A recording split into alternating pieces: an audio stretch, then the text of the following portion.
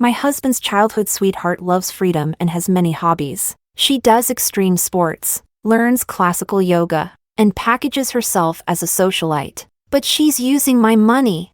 That day, when I went to withdraw money, the bank teller told me there were only 26 cents left in the account. That's when I found out that my husband had been using my money to support his childhood sweetheart. I angrily confronted my husband, but he just yelled at me. Zoe isn't like you. She dreams of having class. And I should support her. Are you insane? Is there anything else in your brain besides money? You're so vulgar. I turned around and left, decisively tearing up the pathology report in my pocket. He's the one who's sick, not me, since he's so determined to support his little sweetheart. Then I won't be treating his cancer either. Chapter 1. This disease is very painful, extremely risky, and the treatment is also very expensive. The doctor looked serious as he delivered the diagnosis. If you don't have much savings, I suggest you carefully consider the treatment options. I broke down in tears. I have money. Please, treat him. I can't lose my husband. My heart raced, and my legs trembled as I walked out of the hospital clutching the medical report. Recently, my company had offered a health checkup package, and I dragged my husband to get a full body examination. When we went to pick up the results, the doctor called me aside and delivered this devastating news. Stumbling to the side of the road, I broke down again. Jonathan and I had been together for 10 years, from campus sweethearts to walking down the aisle. Our love stronger than gold. Moreover, he's still young. How could I just watch him die? I didn't want to tell him the truth. For one, his career was on the rise, and secondly, I was afraid the stress might worsen his condition. Luckily, I had worked hard and saved up 8 million yuan. I originally planned to buy myself a small duplex, but money can be earned again, while a person, once lost, is gone forever. Jonathan's career was going well, and I didn't want to burden him with this. My plan was to quietly withdraw the money for the treatment, and once things improved, I'd confess everything to him. But when I went to the bank, the teller told me there were only 26 cents left in the account. Impossible. There should be 8 million yuan in that account. You must be mistaken. The teller tried to calm me down and checked the transaction history. Ma'am, the records show there have been large withdrawals from your account over the past 2 years. And just a few days ago, 60,000 yuan was withdrawn.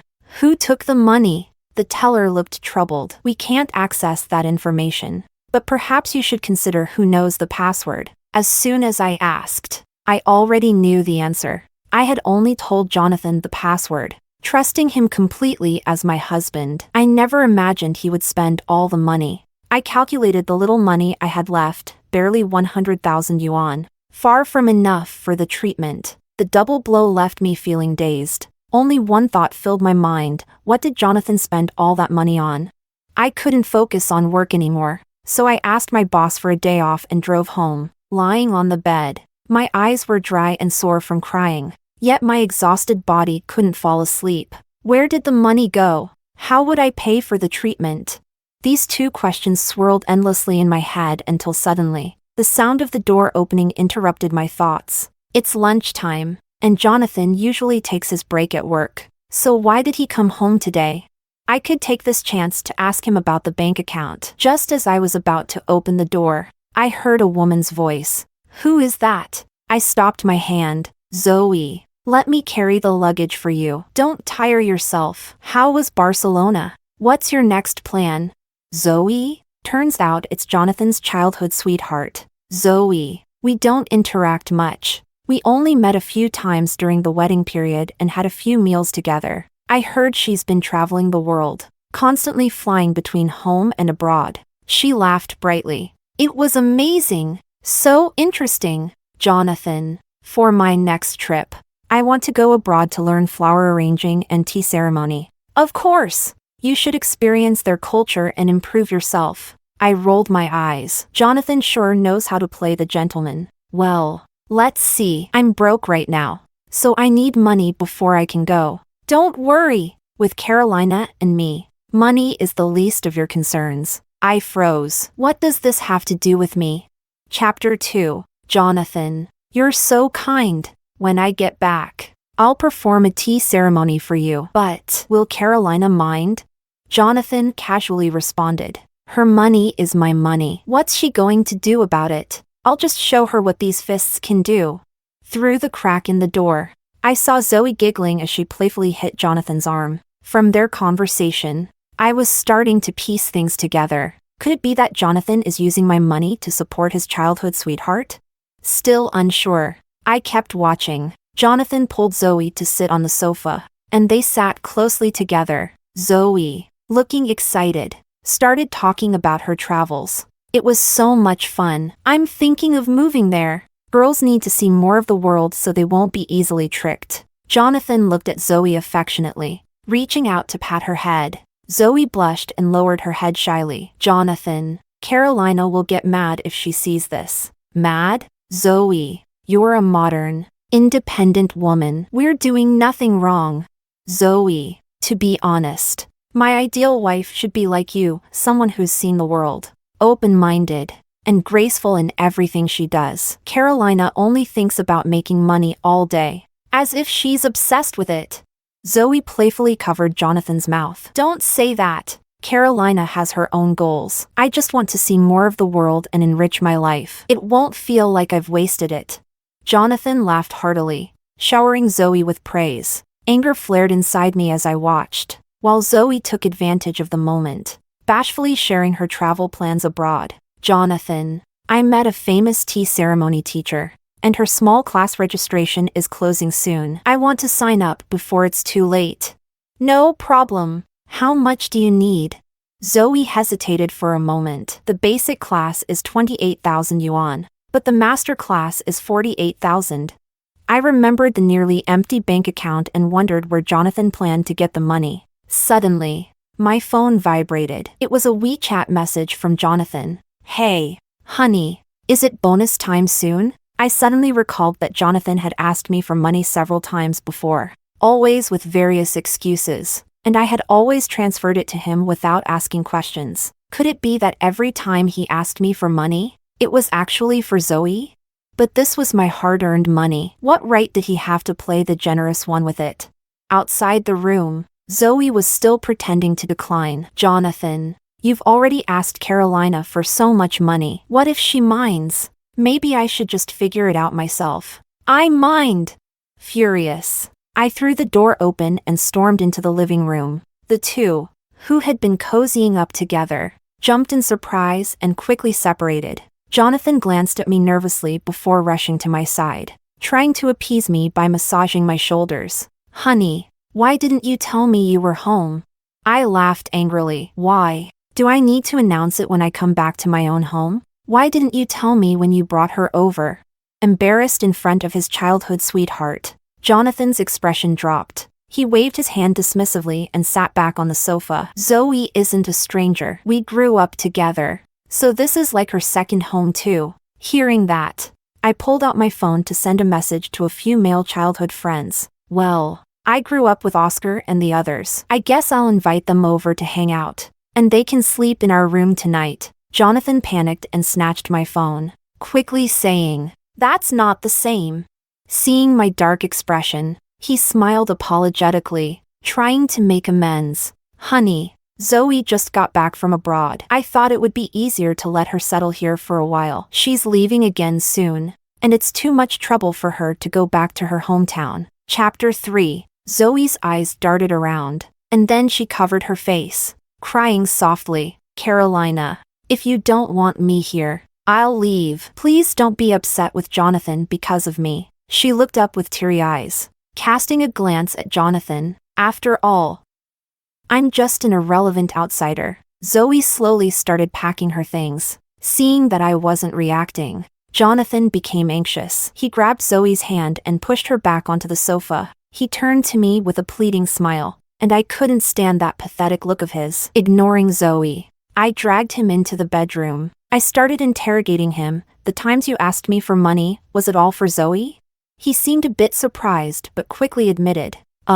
Yeah. Zoe was short on cash those times, so I helped her out. Furious, I twisted his ear. Are you an idiot? Don't you know we can't be so reckless with money? What if something happens? Jonathan shrugged indifferently. Everything's been fine so far. Besides, you've got savings. So what's the worry? Mentioning my savings only made me angrier, reminding me of the 1.8 million that had vanished. Jonathan, tell me the truth. What did you do with my money? He tried to deny it, mumbling something about me remembering wrong. It wasn't until I threatened to check the bank surveillance footage that he finally confessed. Jonathan admitted to transferring all 1.8 million yuan. At least I knew the money hadn't been stolen, which was a small relief. Give it back to me. I need it urgently. Jonathan went silent. Seeing his guilty expression, a cold chill ran through me. Could it be? Honey, I can't give it back right now. My world collapsed. The hope I'd been holding on to shattered completely. Jonathan came clean and told me that all the money had been spent on Zoe. Zoe has ambitions. She wants to improve herself. And I support her. She didn't have enough money, so I figured we weren't spending much anyway. So I lent it to her, suppressing my rage. I asked Jonathan what Zoe had spent the money on. Being cautious, I secretly turned on my phone's recording. Yoga, ballet, classical dance, posture training. I don't really get all that stuff, but Zoe said it was for improving her elegance. And then there was bungee jumping, extreme sports, diving. I don't remember everything, but there must have been more. I was shaking with rage. For someone like me, an ordinary working-class person, these kinds of luxuries were beyond my reach. How could Zoe shamelessly ask Jonathan for money? Unable to control my anger, I stormed into the living room and faced Zoe. She blinked her wide eyes at me, looking innocent. Miss Zoe, the money you've been using for your fun trips, food, and entertainment abroad is all mine. Now, please return it all. Jonathan rushed after me, grabbing my hand to stop me from speaking. Don't scare Zoe. It's not like she won't pay it back. Why are you in such a rush? Am I in a rush? That money was supposed to save his life. Seeing Zoe start to cry, I raised my voice. If you're short on money, figure it out yourself. Don't act clueless and try to take advantage of me. I think you should forget about traveling abroad for now. Pay me back first. Or would you rather I involve the police? At the mention of the police, Zoe hid behind Jonathan. Jonathan, still playing the peacemaker, reached out to grab me again. I dodged his touch, determined to force Zoe out to confront her. Can you stop acting crazy? Jonathan suddenly exploded, grabbing my collar and slapping me across the face. The force of the slap knocked me back 2 steps, and my head hit something, causing stars to appear in my vision. My face burned with pain, my ears were ringing, and the taste of blood filled my mouth. Chapter 4. Zoe came over, pretending to break up the fight, saying not to hit, but secretly pulling me toward Jonathan. After slapping me, Jonathan finally calmed down a bit. He shoved my still-dazed self into the bedroom and closed the door. I'm sorry, honey. I'll explain everything later. Already exhausted from the past few days and now slapped, I felt completely drained, even though I wanted to argue. I didn't have the strength. I drifted off into a deep sleep. When I woke up, Jonathan was sitting by the bed, holding my hand, his eyes full of guilt. He gently wiped my face and suddenly knelt in front of me with a thud. It's all my fault. I was too anxious and lost control. Jonathan slapped himself a few times, and seeing his face turn red so quickly, I couldn't help but feel a pang of sadness, thinking about the diagnosis. It's fine. I'm okay. Where's Zoe? You need to find a way to get the money back. I'm in a hurry. Helping him up, I felt exhausted. He seriously promised me that Zoe had signed an IOU, and he would make sure she got the money together as soon as possible. Then Jonathan looked at me curiously and asked, Honey, why did you suddenly decide to use that money? I didn't want to tell him the devastating news about the illness, so I hesitated before saying, I'm sick. The doctor said the treatment will cost a lot. He reacted strongly, jumping to his feet. What illness needs that much money? Is it serious? How long will the treatment take? Seeing how worried he was, I felt a little relieved. At least he knew what mattered most. As for Zoe, I didn't want to deal with her anymore. I just hoped she would return the money quickly, and then we could go our separate ways. I briefly told Jonathan about the severity of his condition, and he gasped in shock. He grabbed my hand and once again promised to get the savings back quickly so I could get treated. I smiled and told him not to worry, that the chances of recovery were still high, using the excuse of going out to buy groceries. I packed up and left the house. I took a taxi straight to my parents' house in the south of the city. As soon as I saw them, I got straight to the point. Jonathan hit me. They were immediately alarmed, pulling me aside to check if I had any more serious injuries. I'm not stupid. 1 minute, Jonathan was hitting me like a madman, and the next, he was acting like nothing had happened, caring for me as if it were all normal. Something felt wrong, but seeing how he acted afterward, I couldn't help but feel a bit soft-hearted. After all, we've been in love for so long, and we're supposed to spend the rest of our lives together. As long as he has no ulterior motives, I naturally hope we can live a good life. After calming my parents, I confessed to them about Jonathan's illness, pancreatic cancer. They were shocked and immediately started searching for information about the disease online. I sat on the couch, feeling restless. Suddenly, my phone buzzed with a notification. Today's surveillance has been automatically saved. I remembered this was a gift from work a while back. I thought it was interesting, so I installed it in the living room but hadn't mentioned it to Jonathan yet. Out of curiosity, I opened the surveillance app and dragged the progress bar to the time of our argument. Zoe, don't worry. We'll just pretend to write an IOU and keep delaying it. I'll help you deal with anything that comes up. Zoe, sniffling, wrote down the IOU and then buried herself in Jonathan's arms. So, they were both acting. I saved that part of the video along with the footage of Jonathan hitting me and exited the app. The main screen showed the current live surveillance. Zoe had returned to my house. Jonathan, his face filled with excitement, picked Zoe up and spun her around. Zoe, Carolina has cancer. Just keep delaying that one. 8 million. There's no money left to treat her. Once she's dead, everything she owns will be ours. It felt like I had fallen into an icy pit, and my entire body went cold. Chapter 5. My phone fell to the floor, and my parents immediately asked what was wrong. With trembling hands, I showed them the surveillance footage. Dad, enraged, smashed his cup. How dare they? My daughter isn't someone to be schemed against.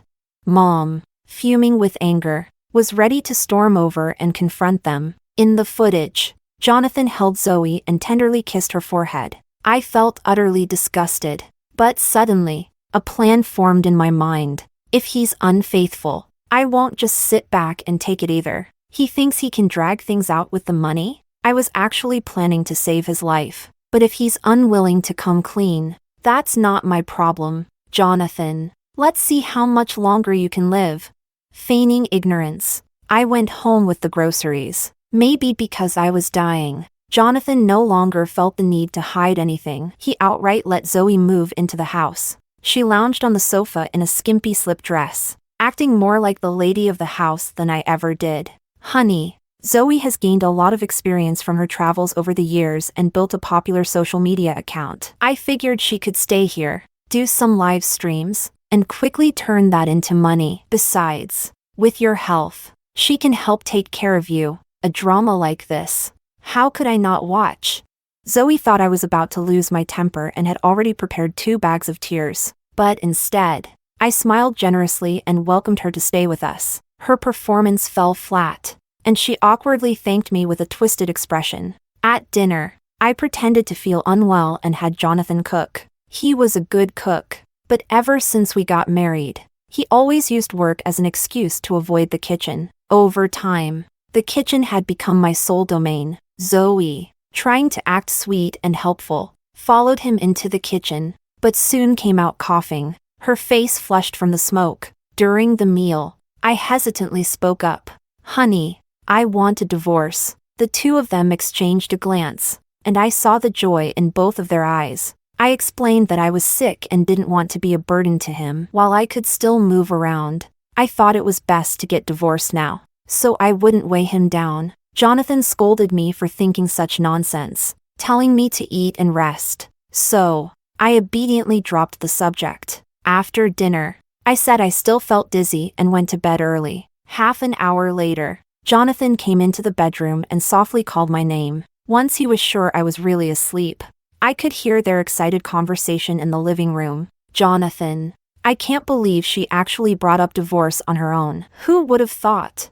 Well, it's better this way. Once we're divorced, Jonathan will be mine forever. Just my good brother. Jonathan paced back and forth in the room. No, if we get divorced now, we'll have to split the assets with Carolina. That's not worth it.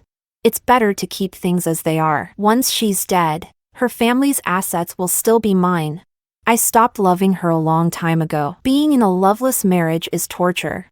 They really had the audacity to scheme against my parents now. My parents are still in good health, far more likely to outlive him, who only has a few months left. Through the crack in the door, I saw Jonathan gazing lovingly at Zoe, then opening his arms to her. Zoe smiled shyly. Jonathan, you're so bad, trying to get close to me while your wife is still asleep in the next room. Despite her words, she snuggled into Jonathan's embrace. Zoe, ever since we were young, you've always been like a little sister to me. I don't ask for much. My feelings for you are pure. As long as you're happy and still call me brother, I'll be content. If you ever need anything, I'd give you my heart.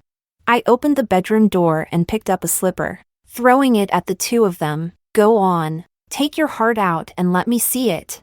Chapter 6. The house was in chaos. Zoe screamed and hid behind Jonathan, who was drenched in embarrassment, unsure of what to do. After a long pause, he finally blurted out, "Let me explain." They weren't sure how much I had overheard and were afraid to say too much. I put on my best betrayed wife act. Looking as if my heart had been broken, I accept that you have someone else in your heart. I'll step aside. Let's get divorced. Seeing that I didn't mention their plan, Jonathan finally relaxed. He started pouring out sweet words, trying to comfort me, but I interrupted his nonsense by slapping him hard twice, tears streaming down my face. Divorce. And pay me back. We're going to file tomorrow.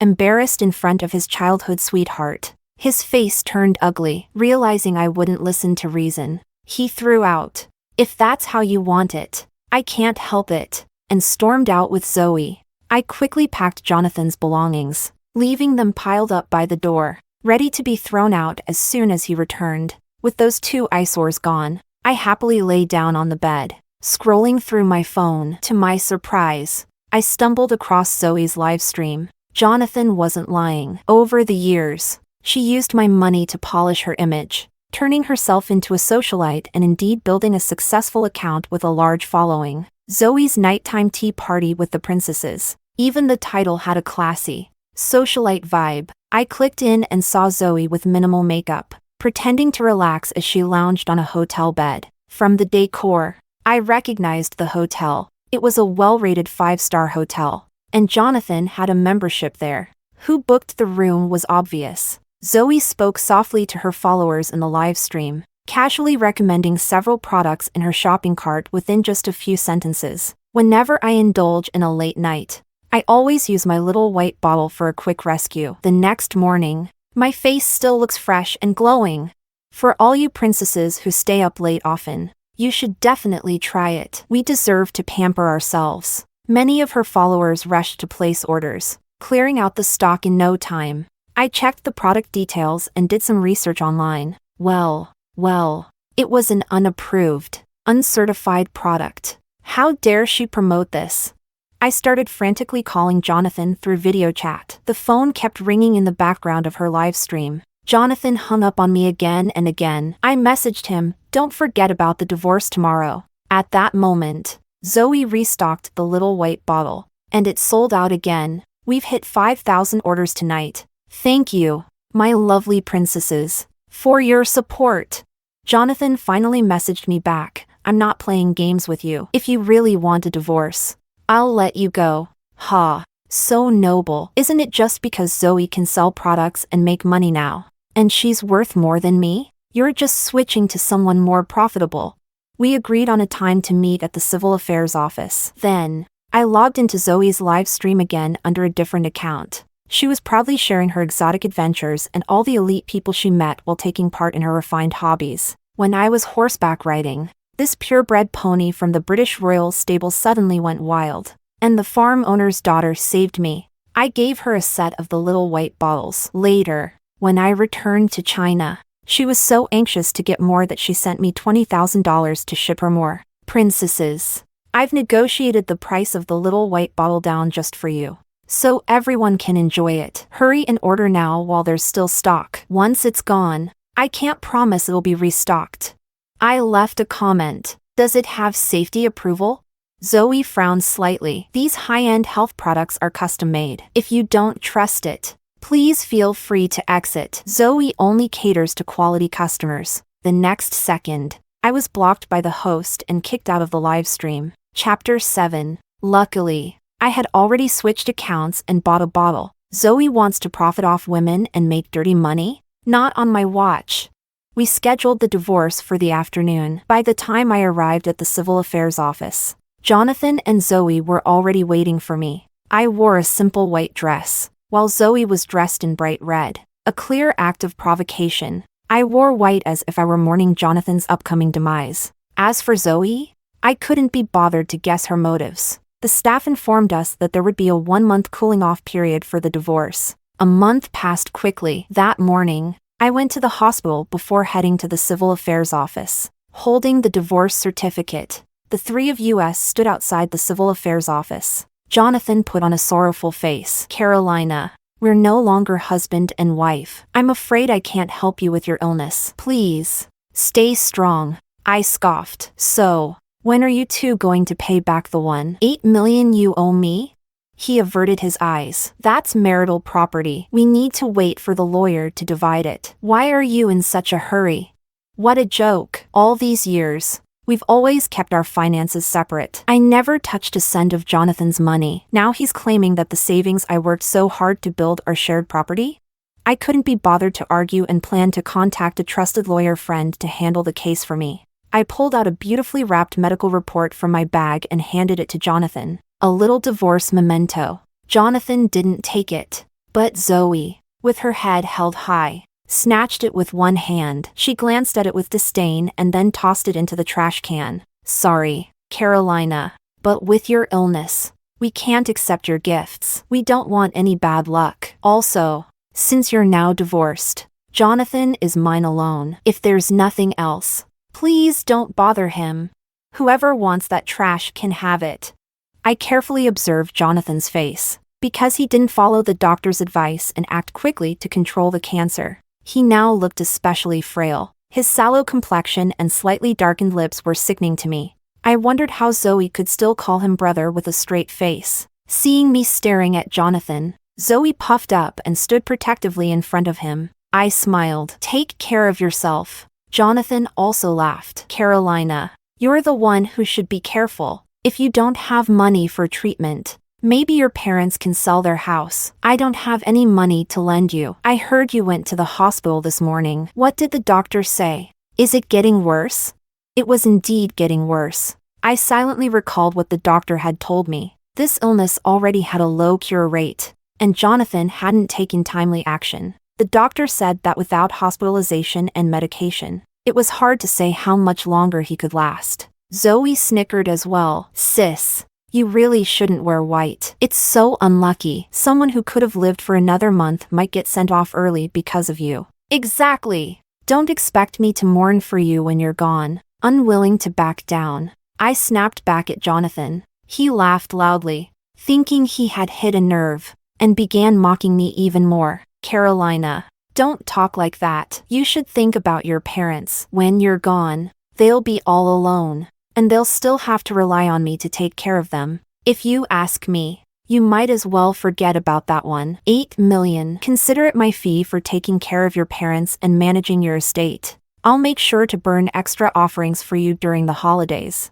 I looked at him quietly, waiting for his words to come back like a boomerang and hit him where it hurt. Maybe the heavens were on my side, because the next second, the unexpected happened. Jonathan, still laughing, suddenly coughed up a mouthful of blood and collapsed to the ground. Chapter 8. I was prepared. I called for an ambulance and followed the sobbing Zoe to the hospital. This scene was something I had only imagined when I first learned about Jonathan's illness. Back then, I was genuinely scared, deeply upset. I had rehearsed this moment in my mind 1,000 times, thinking that no matter what, I had to save him and be by his side. Now that it was happening for Raoul, I felt nothing but immense satisfaction. At the hospital, the oncologist took one look at Jonathan on the bed, then glanced at me with a look of disappointment. "Why did you wait so long to bring him in? Look at how serious it is now."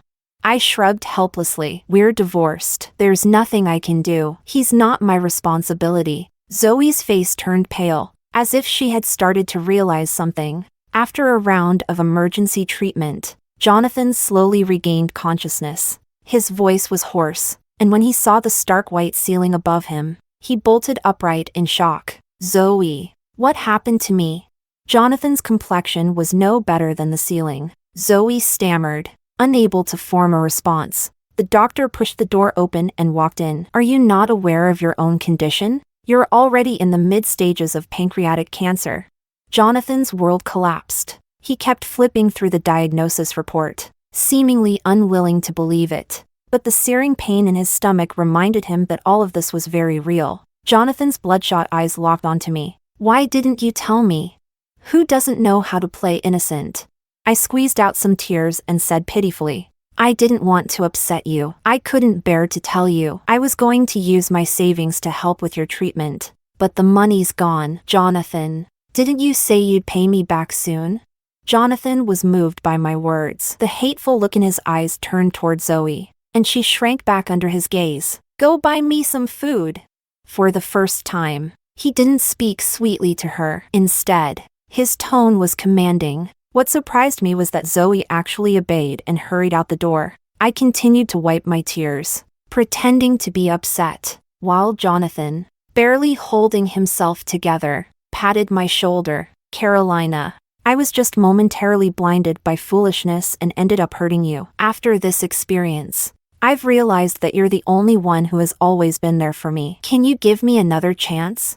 I sobbed and replied sadly, "But I don't have the money to save you." "Jonathan, please, just take out your savings." His expression froze. "I only have a few thousand, and it's in a fixed deposit, so I can't withdraw it." "Carolina, I'll get back all the money Zoe spent. Thank you for not abandoning me." Internally, I rolled my eyes. Jonathan's salary is even higher than mine, and since he has no expensive habits, I know he's saved a considerable amount. Now he's playing poor, still trying to make me the sucker, hoping I'll pay for his treatment. Feigning anger, I said, "You gave her the money, and that hurt me. You belittled me and praised her, and that hurt me too. Now we're divorced, and you both owe me money. Why should I help you? If you want to calm me down, you'd better give me my money back first." Hearing this, Jonathan picked up his phone and did something. Moments later, the $1.8 million I was owed was fully restored to my account. Of course, I made sure he noted debt repaid in the transfer memo. Once I had my money back, Jonathan, seeing an opportunity, immediately asked me to go pay the hospital fees. I made an excuse that the doctor was in a meeting and told him I'd go home to make soup for him. Finally freeing myself from the hospital, just as I stepped outside, I ran into Zoe coming back with some takeout. She shot me a vicious glare, silently mouthing the words, "Old woman." I didn't respond and stood outside the hospital room for a moment. The next second, a loud scream rang out. "Jonathan, how dare you transfer my money without permission?" Chapter 9. I went home and slept, naturally not bothering to bring him any soup. When I visited Jonathan the next day, he looked even more worn out, with scratches on his face. It seemed like he and Zoe had a fight, two dogs biting at each other. I asked him, feigning concern, and learned that Jonathan had been helping her manage her live streaming account. The $1.8 million he transferred yesterday had come from Zoe's account. I felt a little thrill of satisfaction. This wasn't my problem. It was their financial dispute now. Besides, I still had the IOU that Zoe had written to me, getting my money back without breaking a sweat. I smiled even more sincerely at Jonathan's jaundiced face. Inwardly, I was already planning which real estate listings I'd check out later. Speaking of Zoe, I suddenly remembered that the little white bottle I'd bought from her live stream had arrived. Once I had it, I sent it to a professional lab for testing. As I suspected, it turned out to be nothing more than toxic supplements. No production license, no safety certificate, and packed with harmful chemicals. The production cost for each bottle was just a few yuan, yet Zoe was selling them for 1,600 yuan a bottle on her live stream.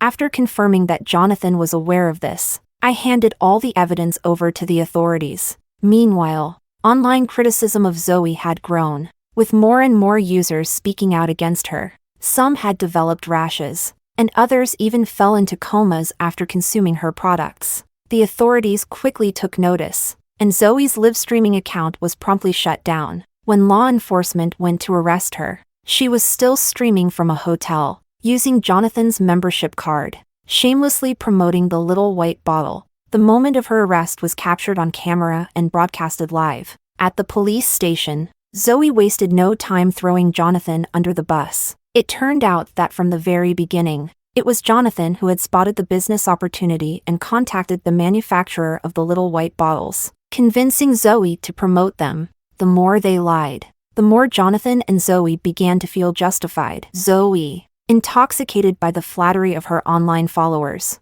lost herself and ended up selling even more aggressively than Jonathan. When the police burst into the hospital room, I was carefully feeding Jonathan porridge. The porridge was scalding hot, made with ingredients he didn't like, but he had no choice but to rely on me now, hoping I'd spend money to save him. So, despite his discomfort, he forced himself to swallow each spoonful, even complimenting me, calling me so kind. Faced with the police's questioning, Jonathan panicked. Like Zoe, the moment he opened his mouth, he shifted the blame onto her. In an attempt to protect herself, Zoe even accused Jonathan of cheating during their marriage. The officer gave me a sympathetic look. Is it true that you were having an extramarital affair and living illegally with Zoe?